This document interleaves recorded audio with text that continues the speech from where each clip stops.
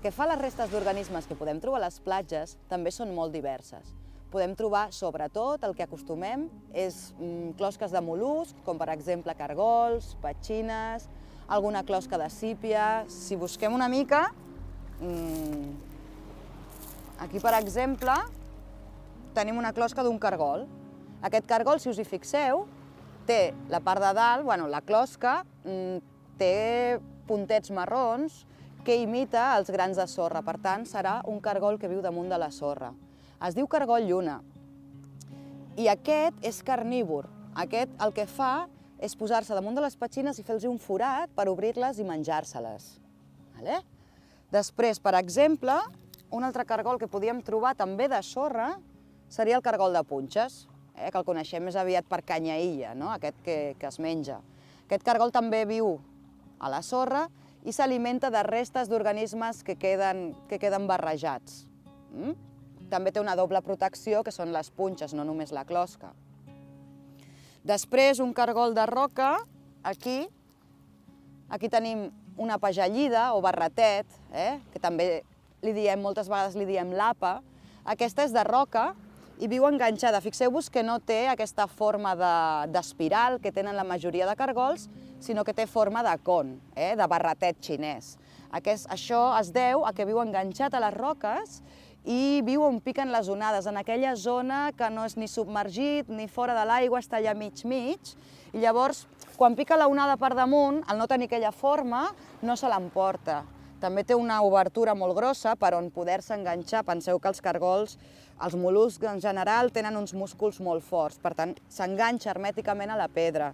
Quan es queda fora de l'aigua, quan el nivell de l'aigua baixa, el que fa és això, és enganxar-se molt fort, no deixar cap obertura al voltant i d'aquesta manera no entra aire i manté la humitat a dintre de la closca. Així el cargol no s'asseca i no es mor. Quan torna a pujar el nivell o quan hi ha esquitxos d'onades, llavors sí que s'aixeca una miqueta i es va desplaçant per les roques i es va alimentant. Aquesta s'alimenta d'algues. Petxines, bivalves. Bivalves són aquests que tenen dues closques. Per exemple, tindríem l'escopinya. Aquesta és una escopinya verrucosa.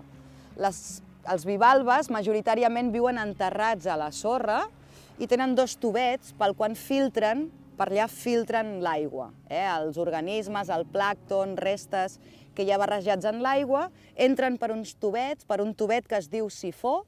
En allà l'animal el que fa dintre el cos és agafar l'aliment i per un altre tubet, per un altre sifó, és per on expulsa aquesta aigua ja neta, quan ja s'ha alimentat.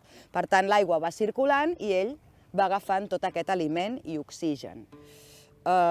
També aquí tenim una altra bivalva, una altra petxina, però això és un musclo. Aquest, en lloc de viure a la sorra, viu a les roques, com podrien fer també les ostres.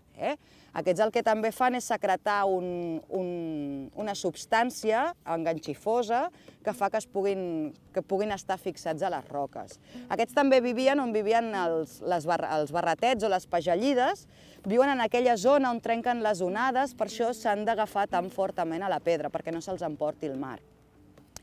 També podem trobar restes vegetals, podem trobar algues, restes d'algues a la vora la línia de tempesta, que es diu, que és fins on arriba l'aigua quan puja, o també restes, aquí tenim, restes de posidònia, d'una planta marina que trobem aquí a la Mediterrània. Aquí tenim la tija, les fulles, que tenen forma de cinta i poden arribar a fer 1 metre de llarg, i aquí tenim una altra resta de posidònia que quan el mirem, que sembla un kiwi, això dius, sí, són restes de la tija que quan s'arrenquen aquests filaments que té i cauen al fons del mar, amb el moviment de l'aigua, van creant aquestes pilotetes.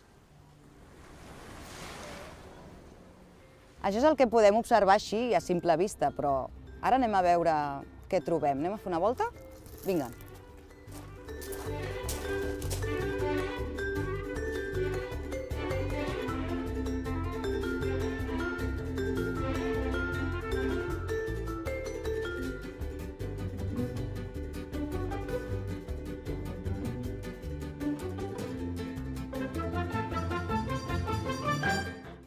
Doncs això és el que hem trobat. A veure, tenim una altra closca, encara més closques, però aquesta és diferent, aquesta és de sípia.